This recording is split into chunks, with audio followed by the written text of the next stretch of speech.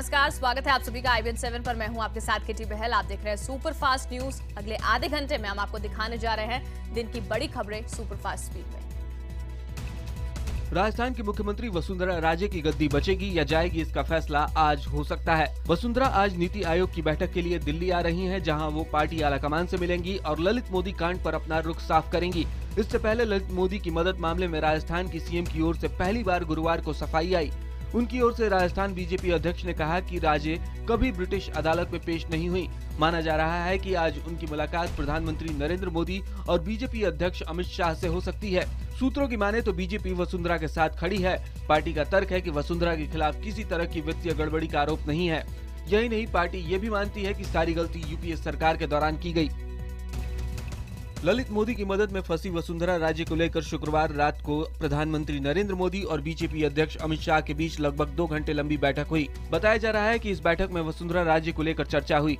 सूत्रों के मुताबिक फिलहाल ऐसा लगता है कि वसुंधरा की कुर्सी नहीं जाएगी और बीजेपी वसुंधरा के बचाव में अपने स्टैंड पर कायम रहेगी और अपने सभी नेताओं का बचाव जारी रखेगी। इससे पहले वित्त मंत्री अरुण जेटली ने शुक्रवार को अमित शाह से उनके घर पर मुलाकात की। इससे पहले वो प्रधानमंत्री से भी मिले थे।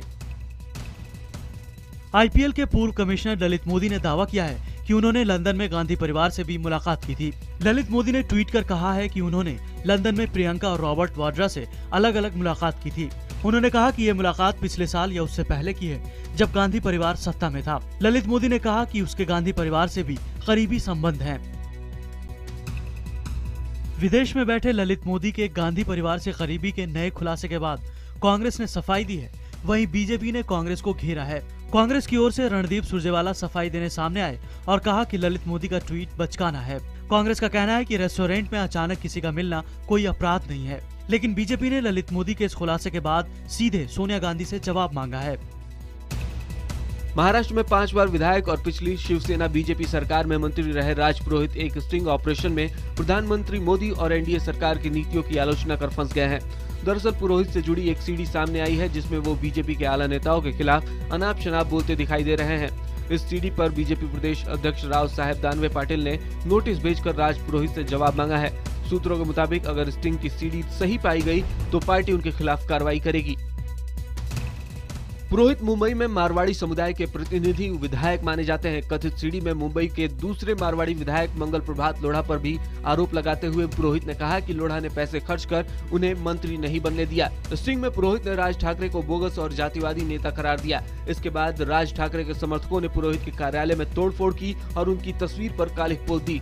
प्रदेश बीजेपी अध्यक्ष राव साहेब दानवे ने इस स्टिंग का खुलासा होने के बाद कहा कि वो पुरोहित को बुलाकर उनका पक्ष सुनेंगे। उसके बाद पार्टी नेतृत्व से बात कर कोई निर्णय किया जाएगा। IBN 7 के हाथ लगे दस्तावेजों ने मुख्यमंत्री के उस दावे पर सवाल खड़े किए हैं, जिसमें फडणवीस ने कहा था कि पंकजा बेगुनाह है और उन्होंने सभी ठेके नियम के तहत ही दिए थे। आंगनबाड़ी में पढ़ने वाले बच्चों के लिए पंकजा मुंडे ने बिना ई टेंडरिंग के 206 करोड़ रुपए का ठेका इस साल फरवरी में दिया था, जबकि खुद सरकार ने नवंबर 2014 में आदेश निकालकर कहा था कि 3 लाख से ज्यादा की खरीदारी के लिए ई टेंडरिंग करना अनिवार्य है। वहीं इस घोटाले की आंच कांग्रेस तक भी पहुंच गई है। पंकजा मुंडे के चिक्की बनाने का ठेका एक कांग्रेस नेता को देने की जानकारी सामने आई है। दिल्ली के एंटी करप्शन ब्यूरो के मुखिया को लेकर उपराज्यपाल और दिल्ली सरकार के बीच लड़ाई अब कोर्ट में जाएगी। सूत्रों के मुताबिक एसीबी का मुखिया पद से ज्वाइंट सीपी मुकेश मीणा को हटाने के लिए दिल्ली सरकार हाईकोर्ट से गुहार लगाएगी। दिल्ली सरकार ने पहले ही 21 मई की केंद्र सरकार की जारी अधिसूचना के खिलाफ हाईकोर्ट में अर्जी दे रखी है। अब सरकार हाईकोर्ट में इसी अर्जी के साथ एक और अर्जी लगाएगी, जिसमें कोर्ट से अपील की जाएगी कि जब तक केंद्र की अधिसूचना पर फैसला नहीं आ जाता, तब तक मीणा को एसीबी से अलग रखा जाए। एसीबी के मसले पर केजरीवाल सरकार दिल्ली विधानसभा में प्रस्ताव लेकर आई है, जिसमें कहा गया है कि एसएस यादव पहले से ही एसीबी प्रमुख पद पर तैनात थे, तो मुकेश मीणा की दोबारा उस पर नियुक्ति क्यों की गई। मीणा की नियुक्ति को गलत बताते हुए उन्हें हटाने की मांग की गई। इस प्रस्ताव पर विधायकों ने अपना समर्थन दिया, लेकिन इसे पारित नहीं किया गया। इस बीच डिप्टी सीएम मनीष सिसोदिया ने मीणा पर पर्दा घोटाले और हवाला कांड में शामिल होने का आरोप लगाया है। सीएम केजरीवाल ने गृह मंत्रालय को इस बाबत एक चिट्ठी भी लिखी है। उधर मीणा ने सर्कुलर जारी कर निर्देश दिया है कि उनकी जानकारी के बिना कोई केस दर्ज नहीं होगा। दिल्ली के अस्पतालों में डॉक्टरों की सुरक्षा के लिए 500 होमगार्ड्स की तैनाती कर दी गई है। पिछले 2 दिनों में 6 अस्पतालों में डॉक्टरों के साथ मारपीट हुई है। ऐसी एक घटना में 4 पुलिस वालों के सामने कस्टडी में आए मरीज ने भगवान महावीर अस्पताल में डॉक्टरों को पीट डाला। स्वास्थ्य मंत्री सत्येंद्र जैन ने एलजी और पुलिस कमिश्नर को एक खत भी लिखा है और दिल्ली के सभी अस्पतालों में बेहतर सुरक्षा व्यवस्था की मांग की है। दिल्ली सरकार डॉक्टरों पर हमला करने वाले लोगों के खिलाफ स्पेशल कानून के तहत मुकदमा दर्ज करना चाहती है ताकि उन्हें सख्त से सख्त सजा मिल सके। दिल्ली ट्रांसपोर्ट एसोसिएशन ने दिल्ली सरकार से प्रदूषण शुल्क के नाम पर मालवाहकों से टैक्स लिए जाने के फैसले को वापस लिए जाने की मांग की है। एसोसिएशन ने कहा है कि अगर केजरीवाल सरकार ने मालवाहक वाहनों से वसूला जाने वाला नया एंट्री शुल्क वापस नहीं लिया तो ट्रांसपोर्टर दिल्ली में चक्का जाम करेंगे। उनका कहना है कि ट्रांसपोर्टर पहले से ही national permit, road tax, toll tax और बढ़े हुए डीजल के दामों से परेशान हैं और अब सरकार ने पॉल्यूशन फी के नाम पर नया तुगलकी फरमान जारी कर दिया है, जिसका सीधा असर आम लोगों पर महंगाई के रूप में पड़ने वाला है। प्रधानमंत्री नरेंद्र मोदी 28 जून को एक बार फिर से अपने संसदीय क्षेत्र वाराणसी पहुंच रहे हैं, जिसको लेकर यहां तैयारियों में कोई कोर कसर नहीं छोड़ी जा रही। इसी सिलसिले में केंद्रीय मंत्री पीयूष गोयल खुद यहां पहुंचे। इस दौरान उन्होंने बीएचयू के ट्रॉमा सेंटर और रैली स्थल का जायजा लिया। बता दें कि अपने दौरे में पीएम बीएचयू के सुपर स्पेशलिटी ट्रॉमा सेंटर का उद्घाटन करेंगे। उद्घाटन के बाद प्रधानमंत्री मोदी वाराणसी में कुछ सड़क परियोजनाओं और इंटीग्रेटेड पावर डेवलपमेंट स्कीम की आधारशिला रखेंगे और एक जनसभा को भी संबोधित करेंगे। आज देश में 7 विधानसभा सीटों पर उपचुनाव हैं। इन 7 सीटों में तमिलनाडु का राधाकृष्णन नगर प्रमुख है, जहां से जयललिता चुनाव मैदान में है। यहां उन्हें सीपीआई के उम्मीदवार से चुनौती मिलेगी। मतदान सुबह 8 बजे से शाम 5 बजे तक चलेगा। मतगणना 30 जून को कराई जाएगी। चुनाव में 2.5 लाख मतदाता अपने मताधिकार का इस्तेमाल करेंगे, जिसमें एआईएडीएमके की महासचिव जयललिता और भाकपा के सी महेंद्रन 2 मुख्य उम्मीदवार हैं। वहीं मध्य प्रदेश में गरोड़ सीट पर उपचुनाव होगा। हम आपको बता दें, गुरुवार को दिग्विजय सिंह ने मुख्यमंत्री शिवराज सिंह चौहान पर अपने ही नेता को लालच देने वाला ऑडियो क्लिप जारी किया था। समाजसेवी अन्ना हजारे को धमकी भरा खत मिला है और इसके बाद पुलिस ने उनकी सुरक्षा बढ़ा दी है। अहमदनगर के एसपी सौरभ त्रिपाठी ने शुक्रवार को अन्ना हजारे से मुलाकात कर उनकी सुरक्षा की समीक्षा की। गांधीवादी नेता को मिले धमकी भरे पत्र के बाद ये कवायद की गई है। अन्ना के सहयोगियों के मुताबिक हजारे को गुरुवार को एक चिट्ठी मिली, जिसमें उन्हें भूमि अधिग्रहण विधेयक का विरोध करने पर चेताया गया था। अब पुलिस ने यादव बाबा मंदिर और उसके आसपास के क्षेत्रों की सुरक्षा बढ़ा दी है। अन्ना इसी मंदिर में रहते हैं। उत्तराखंड की केदार घाटी, हेमकुंड साहिब और बद्रीनाथ से शुक्रवार को तकरीबन 900 तीर्थयात्रियों को हेलीकॉप्टरों के जरिए सुरक्षित निकाला गया। दरअसल मानसून की पहली बारिश के दौरान रुद्रप्रयाग और चमोली जिलों में आधा दर्जन सड़कें और पुल टूट गए हैं, जिसके बाद यात्री वहां फंस गए थे। स्थिति का जायजा लेने के लिए केदारनाथ और बद्रीनाथ की यात्रा करने के बाद उत्तराखंड के अतिरिक्त मुख्य सचिव राकेश शर्मा ने बताया, केदारनाथ में कोई श्रद्धालु नहीं है, सभी को वापस सोनप्रयाग लाया गया है। मौसम ठीक होने पर वो दोबारा अपनी यात्रा शुरू कर सकते हैं। 22 दिन बाद हाईकोर्ट के आदेश से लखनऊ के दोनों ऐतिहासिक इमामबाड़ों के ताले शुक्रवार देर रात खुल गए। ताला खुलवाने के लिए प्रशासन के आला अफसर पहुंचे थे। मौलाना कल्बे जवाद से बातचीत के बाद ताले खुल पाए। ताला खुलने के बाद मौलाना और उनके सैकड़ों समर्थक मातम करते हुए इमामबाड़े के अंदर चले गए। कल्बे जवाद की 3 प्रमुख मांगे मान ली गई हैं। इसमें हुसैनाबाद ट्रस्ट की निगरानी के लिए कमेटी बनेगी, जिसमें शिया सदस्यों को शामिल किया जाएगा। शियों को धार्मिक स्थलों की पवित्रता बनाए रखने का अधिकार होगा और सामने की सड़क पर अपने धार्मिक और पोस्टर कार्यक्रम तक लगाने की इजाजत रहेगी। बाहरी दिल्ली के नरेला के रहने वाले एक छात्र दीपक गुलिया की रोहिणी के प्रशांत विहार मॉल से अपहरण कर हत्या कर दी गई। आरोपियों ने गर्लफ्रेंड से जन्मदिन पार्टी का झांसा देकर बुलवाया। मारपीट और अपहरण की सारी वारदात मॉल में लगे सीसीटीवी कैमरे में कैद हो गई। वारदात के मास्टरमाइंड नाबालिग छात्र ने गर्लफ्रेंड और अपने दोस्तों की मदद से हत्याकांड को अंजाम दिया। प्रशांत विहार थाना पुलिस ने मुख्य आरोपी को हिरासत में लिया। बाकी आरोपियों की तलाश में पुलिस जुटी है। खराब मौसम के चलते इसी तरह बद्रीनाथ और हेमकुंड साहिब में फंसे लोगों को नीचे जोशीमठ और घनघरिया लाया गया है। बद्रीनाथ और सिख तीर्थ स्थल हेमकुंड साहिब जाने के रास्ते में फंसे लोगों को वापस लाने के लिए हेलीकॉप्टर आज फिर उड़ान भरेंगे। चमोली जिला प्रशासन के मुताबिक लोगों को बाहर निकाले जाने के बावजूद बद्रीनाथ और हेमकुंड साहिब जाने के लिए अलग अलग रास्तों में अभी भी करीब 9000 श्रद्धालु फंसे हुए हैं। उत्तर भारत में भारी बारिश की वजह से मुश्किलों से जूझ रहे लोगों के लिए मौसम विभाग ने राहत भरी खबर दी है। मौसम विभाग ने भारी बारिश का अलर्ट वापस ले लिया है। उसके मुताबिक अब हिमाचल प्रदेश, जम्मू कश्मीर और उत्तराखंड में बारिश का तेज दौर थम जाएगा। वहीं जम्मू कश्मीर में हालात अब थोड़े सुधर रहे हैं। झेलम नदी में पानी का स्तर कुछ कम हुआ है।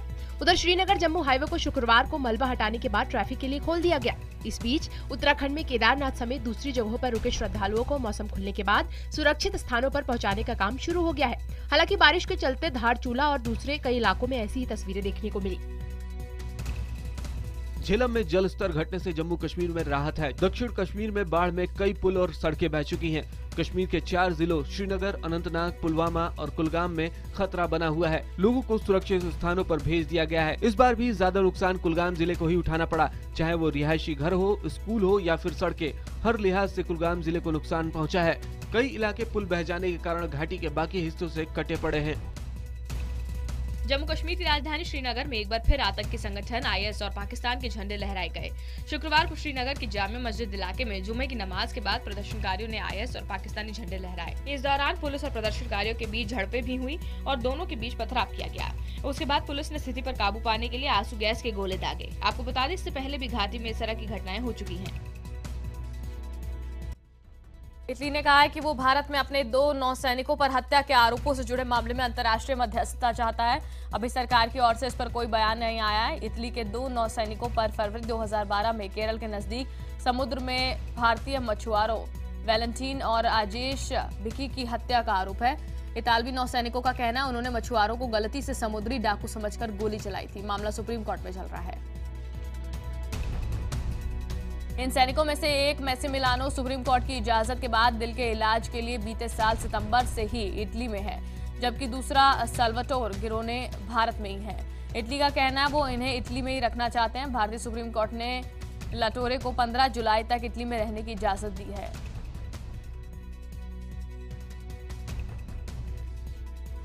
इसी के साथ खबरें आगे भी जारी रहेंगी। फिलहाल वक्त तो चला एक ब्रेक का, लेकिन ब्रेक पर जाने से पहले बात करीना के वेकेशन की, जहां वो अपने सौतेले बेटे इब्राहिम अली खान के साथ लंदन में वेकेशन मना रही हैं। दोनों की ये फोटो इंटरनेट पर वायरल हुई है, जिसमें करीना और इब्राहिम पाउट बनाते हुए पोज दे रहे हैं। सैफ अली खान के बेटे इब्राहिम करीना के साथ काफी अच्छी बॉन्डिंग शेयर करते हैं। खबर पर नजर बनी रहेगी।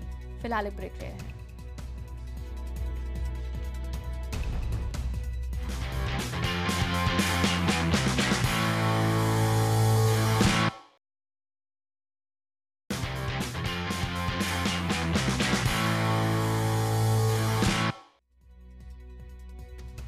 वर्ल्ड हॉकी लीग सेमीफाइनल में भारत और पाकिस्तान के बीच हुआ मुकाबला 2-2 से बराबरी पर खत्म हुआ। लीग में 2 मैच जीतकर शानदार लय में चल रहे भारत ने रमनदीप की बदौलत पहले क्वार्टर में ही गोल कर बढ़त बना ली थी। बांग्लादेश के खिलाफ पहली बार वनडे सीरीज हारने के बावजूद टीम इंडिया के कप्तान महेंद्र सिंह धोनी और विराट कोहली ने केक काटकर जश्न मनाया। 2 दिन पहले दोनों खिलाड़ियों की अनबन के चलते ड्रेसिंग रूम में तनाव था।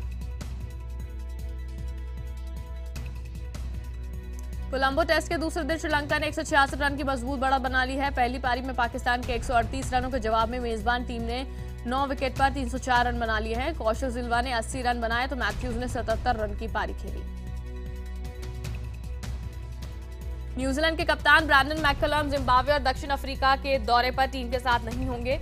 मैनेजमेंट ने साल के आखिर में कीवी कप्तान को आराम देने का फैसला किया है। श्रीलंका के राष्ट्रपति मैत्रीपाला सिरिसेना ने शुक्रवार को संसद को भंग कर दिया, जिससे देश में निर्धारित समय से 8 महीने पहले अगस्त में ताज़ा संसदीय चुनाव कराने का रास्ता साफ हो गया। 225 सदस्यीय सदन को भंग किए जाने की घोषणा का लंबे समय से इंतजार किया जा रहा था। चुनाव का निर्धारित समय अप्रैल 2016 है, लेकिन राष्ट्रपति ने इस साल 23 अप्रैल को अपनी नई सरकार के 100 दिन पूरे होने के मौके पर संसद को भंग करने का वादा किया था। उन्होंने संवैधानिक और चुनावी सुधारों को लागू करने के अपने फैसले पर अमल रोक लिया। सिरिसेना ने अमेरिका और अंतर्राष्ट्रीय समुदाय से वादा किया था कि देश में सितंबर तक नई सरकार कार्यभार संभाल लेगी। ट्यूनीशिया के एक बीच पर बने रिजॉर्ट में एक बंदूकधारी ने विदेशी सैलानियों समेत कम से कम 37 लोगों की हत्या कर दी। गृह मंत्रालय में प्रवक्ता मोहम्मद अली अरौई ने कहा कि एक हथियारबंद आदमी रिजॉर्ट के पीछे से भीतर घुस आया और गोलियां चलाना शुरू कर दिया। उन्होंने बताया कि कुल 27 लोग मारे गए हैं, जिनमें विदेशी पर्यटक भी हैं। हालांकि उन्होंने मरने वालों की नागरिकता नहीं बताई। उन्होंने ये भी बताया कि हमलावर मारा गया। कुवैत की राजधानी कुवैत सिटी में शिया मस्जिद में हुए धमाके में 25 से ज्यादा लोग मारे गए हैं, जबकि 200 से ज्यादा लोग घायल हुए हैं। धमाका उस वक्त हुआ जब लोग जुम्मे की नमाज के लिए इकट्ठा हुए थे। अल सादिक मस्जिद कुवैत की बड़ी शिया मस्जिदों में से एक है। फ्रांस के ग्रेनोबल सिटी में हुए आतंकी हमले में एक शख्स की मौत हो गई, जबकि 2 घायल हुए हैं। आतंकियों ने एक फैक्ट्री में धमाका किया। फ्रांस के राष्ट्रपति ने इसे आतंकी हमला करार दिया है। अमेरिकी सुप्रीम कोर्ट ने एक ऐतिहासिक फैसले में गे विवाह को कानूनन जायज ठहराया। 9 सदस्यीय बेंच में 5 सदस्यों ने गे विवाह को पूरे अमेरिका में मान्य करार दिया है। अब अमेरिका के सभी 50 राज्यों में गे विवाह कानून सम्मत माना जाएगा। म्यांमार में शुक्रवार को वर्ल्ड ड्रग डे पर $150 करोड़ कीमत के नशीली पदार्थ जब्त किए गए। इनमें से ज्यादातर नशीले पदार्थों की तस्करी के लिए बदनाम यंगून इलाके से बरामद किए गए। फिल्म मोहल्ला 80 को लेकर कोर्ट ने फिल्म बोर्ड को नोटिस जारी किया है। इलाहाबाद कोर्ट की लखनऊ बेंच ने सनी देओल की आने वाली फिल्म मोहल्ला 80 को लेकर CBFC को नोटिस जारी किया है। कोर्ट ने सेंसर बोर्ड को लिखित में बताने के लिए कहा है कि उसने फिल्म में ऐसी आपत्तिजनक भाषा के प्रयोग की स्वीकृति कैसे दी।